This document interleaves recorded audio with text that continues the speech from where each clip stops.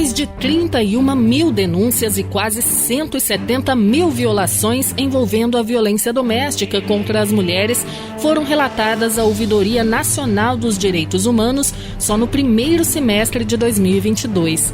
Essa violência pode ser física, sexual, psicológica, moral ou patrimonial.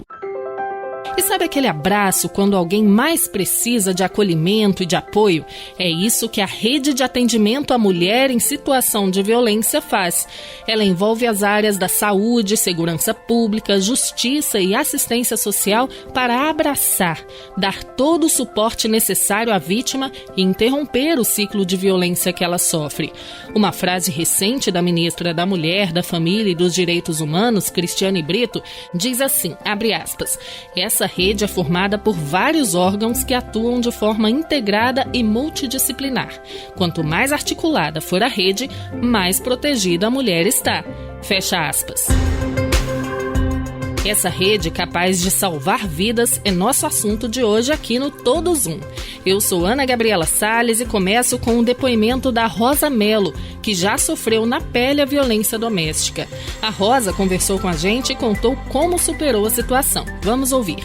Oi, Rosa, a gente agradece sua participação aqui no podcast. Olá, eu agradeço pela oportunidade, de estar alertando outras mulheres, porque nós sabemos que é necessário que elas tenham ajuda, Realmente, ela precisa de um empurrão, de uma ajuda para sair desse tipo de violência, porque ela sozinha não consegue sair.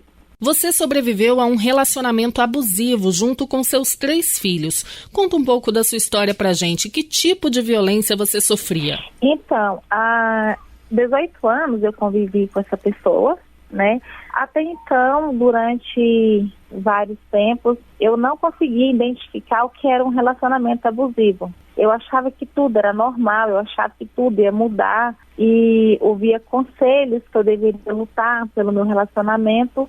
Eu não tinha maturidade de entender aquela agressão psicológica, eu sofria muita agressão psicológica. Até então, da agressão psicológica, ela passou a ser agressões físicas e, no final, até a mesma tentativa de homicídio, que aconteceu comigo e com meus 3 filhos. Quando você tomou a decisão de seguir em frente e pedir ajuda? Foi quando ele estava me agredindo e o meu filho mais velho veio para cima e quando eu vi aquela situação que ele iria me machucar e machucar o meu filho, eu comecei a perceber que eu tinha que tomar uma decisão. Quem você buscou primeiro? Eu fui para a delegacia, foi aí que eles mandaram 2 policiais até minha casa e conseguiu retirar o ex-companheiro. Eles me apoiaram na questão psicológica, na questão também judicial, onde ele foi preso por várias vezes. Você acabou virando empreendedora para se sustentar, Como foi isso? Na época eu estava desempregada. Depois que eu saí, que eu consegui sair, romper mesmo, que me fortaleci, eu precisava de alguma coisa para sobreviver. Porque com 3 filhos eu falei assim, como que eu vou fazer? Eu peguei e lembrei de uma receita de suspiros que eu fazia em Minas e falei, eu vou tentar. E quando eu comecei a fazer esses doces, expandiu muitas encomendas. O pessoal da justiça me ajudou muito com essa questão de encomendas. Só que eu falei assim, eu quero alguma coisa que eu tenha assim, um salário fixo, E hoje eu trabalho na área de segurança. Mas também eu trabalho assim com a encomenda do suspiro. O suspiro não saiu da minha vida, porque ele faz parte da minha vida, E para a gente encerrar, qual seria a receita para uma mulher que passa por uma situação parecida com a sua? A coragem de buscar ajuda é um ingrediente que não pode faltar? Olha, a receita que eu deixo do fundo do meu coração, assim, eu falo mesmo para todas as mulheres que estiverem me ouvindo, não aceitar esse tipo de relação. Deu um tapa, denuncia, gritou, bateu, denuncia. Não acreditar nessas palavras que tudo vai passar, que tudo vai mudar, eu estava de cabeça quente, me perdoa, aquela velha história. Bate e depois vem com uma flor, porque eu passei por isso. Isso não existe. O cara, quando ele é um agressor, ele não muda. A tendência é só piorar, como aconteceu comigo. Porque no meu caso foi até o ponto da tentativa de homicídio.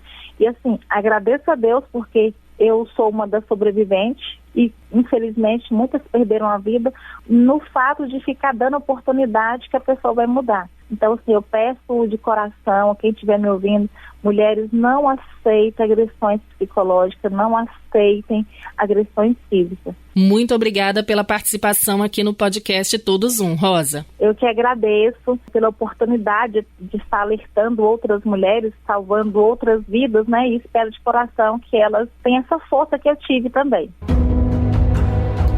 Gente, cerca de 70% das mulheres vítimas de feminicídio no Brasil nunca passaram pela rede de proteção que a Rosa passou.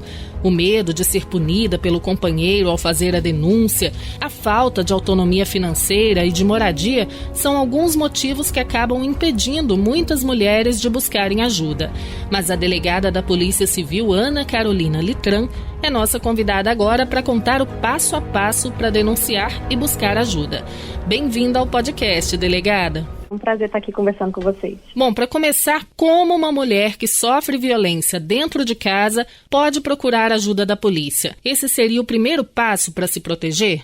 Exatamente. É importante que a mulher, no primeiro ato de violência, procure ajuda policial. Se esse fato estiver ocorrendo, naquele momento ela pode ligar no 190, que é o tridígito de emergência da Polícia Militar, e se o fato já ocorreu, ela pode comparecer a uma das delegacias de polícia. Vários estados já têm o registro da ocorrência online. Aqui no Distrito Federal, a gente tem a Maria da Penha Online, que pode ser acessado pelo site da Polícia Civil, que é o pcdf.df.gov.br. Então, é uma outra forma, é uma outra porta que a vítima pode procurar, caso ela não deseje se deslocar a uma delegacia. E para solicitar uma medida protetiva de urgência, como é feito esse requerimento? Sempre que houver, então, registro de uma ocorrência policial, onde ela vai noticiar os fatos criminosos, né, que foram cometidos pelo autor, as ameaças, as agressões, são oferecidas medidas protetivas. Essas medidas protetivas, elas estão previstas na Lei Maria da Penha, num rol que é exemplificativo, né? Ou seja, pode ser que exista uma outra necessidade da vítima que não está prevista ali, mas isso pode ser solicitado por ela na delegacia.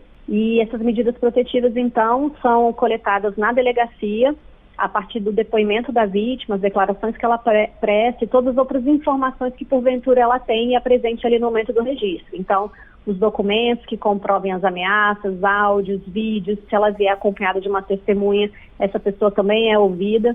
Isso tudo para subsidiar esse pedido de medida protetiva que é feito ao judiciário. O que acontece se o agressor descumprir a medida protetiva de urgência? Ele pode ser preso em flagrante? Pode tanto ser preso em flagrante, em decorrência de uma previsão legal existente na Lei Maria da Penha, no artigo 24A, como também pode ser solicitada sua prisão preventiva junto ao judiciário. Como é a atuação da delegacia especializada? O acolhimento da mulher é diferente? Nas delegacias especiais de atendimento à mulher, nós temos aqui sala reservada, temos toda uma equipe especializada nesse atendimento. E uma das marcas dos núcleos integrados de atendimento à mulher é uma abordagem mais humanizada. Fala um pouco sobre esse atendimento, delegada. O Núcleo Integrado de Atendimento à Mulher, que a gente chama de NUIAM, é um projeto institucional da Polícia Civil aqui do Distrito Federal. Ele começa em dezembro de 2019 e o objetivo é proporcionar àquela vítima de violência doméstica que procure as delegacias um atendimento humanizado, principalmente por profissionais de psicologia, direito e assistência social. Para isso, a polícia elabora, celebra acordos de cooperação técnica com instituições parceiras, como universidades, e que ela possa, dali, receber, então, orientações e que a gente possa, em especial, tentar solucionar todas as demandas que ela apresente. Então, é um serviço a mais que está sendo oferecido à população que procura a delegacia, principalmente no tocante à violência doméstica. Que palavra de encorajamento a senhora deixa para as mulheres que, porventura, estejam passando por situações de violência e não tenham coragem de denunciar, de prestar queixa? Que elas procurem ajuda, né? A mulher que está em situação de violência tem que saber que ela não está sozinha. Então, que ela procure os equipamentos públicos da rede de atendimento à mulher.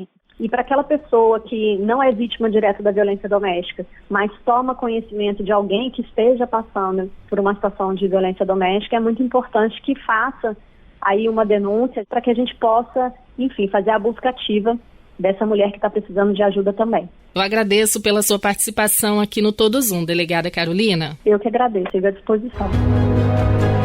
E não tem como a gente falar dessa rede de proteção sem citar a Lei Maria da Penha, que tem 16 anos e é hoje o principal instrumento para enfrentar e prevenir a violência doméstica contra a mulher. Eu chamo agora para a nossa conversa a juíza Fabriziane Zapata. Doutora Fabriziane, agradeço pela sua participação. Imagina, eu que agradeço pela oportunidade. Bom, a Lei Maria da Penha foi, de fato, um marco legal decisivo para a atuação do judiciário em relação aos casos de violência contra a mulher? Sim, a Lei Maria da Penha é um marco decisivo, porque ela traz para o mundo jurídico esse tema da violência contra a mulher e retira ele do âmbito lá do juizado especial criminal, que as pessoas conheciam como juizado de pequenas causas.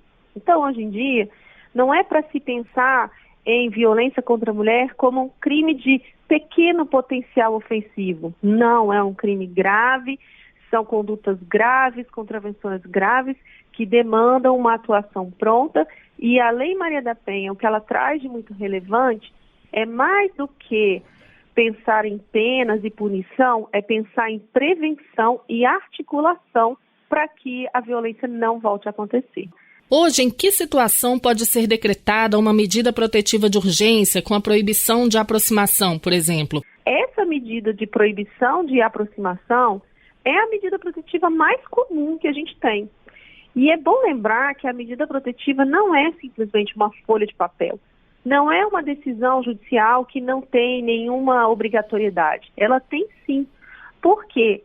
Normalmente a gente defere essa proibição de aproximação e também uma proibição de contato para que a vítima não seja mais sujeita às situações de violência. Como é que a gente vai monitorar se essa medida está sendo cumprida ou não? Em algumas oportunidades, a gente tem o ofensor com a tornozeleira eletrônica. Então, a gente decreta uma medida cautelar de monitoração eletrônica para que esse ofensor fique monitorado 24 horas por dia com a tornozeleira. A gente diz na decisão os locais que ele pode ir, os locais que ele não pode ir, e tem uma central de monitoramento que consegue monitorá-lo 24 horas por dia. Mas nos casos em que o ofensor não está com a tornozeleira, quem vai ajudar a gente principalmente a monitorar o cumprimento da medida é a vítima. É ela que fornece para a gente, na Justiça, para o Ministério Público, para a Delegacia, para a Polícia Militar, a informação de que o ofensor está descumprindo as medidas protetivas. Então, a gente precisa muito da colaboração da vítima no sentido de informar para o sistema de justiça que, olha, ele está descumprindo. Se o ofensor manda uma mensagem dizendo, oi, tudo bem, me desculpa, eu queria falar com você, já é o momento da vítima informar para a gente no juizado que está havendo esse descumprimento. Também tem a decretação de prisão preventiva e condenatória. Explica para a gente em que casos são aplicadas essas penalidades. A gente trabalha aqui no processo penal, com 2 tipos de prisão. Uma prisão condenatória, que é depois que a sentença transita em julgado. Então, o indivíduo vai ser preso bastante tempo depois do cometimento do fato, se a gente estiver falando de uma prisão por sentença condenatória.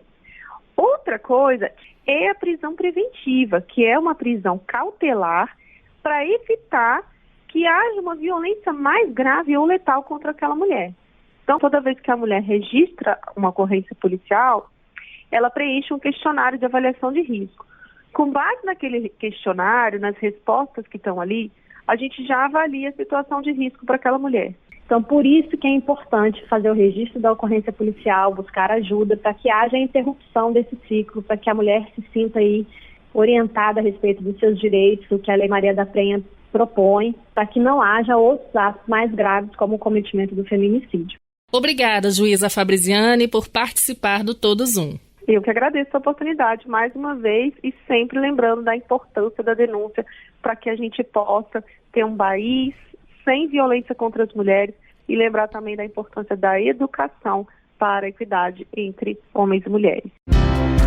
Bom, antes de me despedir, eu quero deixar aqui um serviço muito importante para você que nos ouve. O Ligue 180 recebe denúncias de violência 24 horas por dia, incluindo sábados, domingos e feriados. Além da ligação, você pode acionar o serviço pelo site da Ouvidoria Nacional de Direitos Humanos, pelo aplicativo Direitos Humanos Brasil, pelo Telegram Direitos Humanos Brasil e ainda pelo WhatsApp número 61996565008. Sabe de alguma mulher que sofre violência? Não deixe de ajudá-la a entrar na rede de proteção. Assim eu, Ana Gabriela Salles, termino mais um episódio do Todos Um, com produção da Rede Nacional de Rádio e sonoplastia de José Maria Pardal. Obrigado pela sua companhia e até o próximo podcast.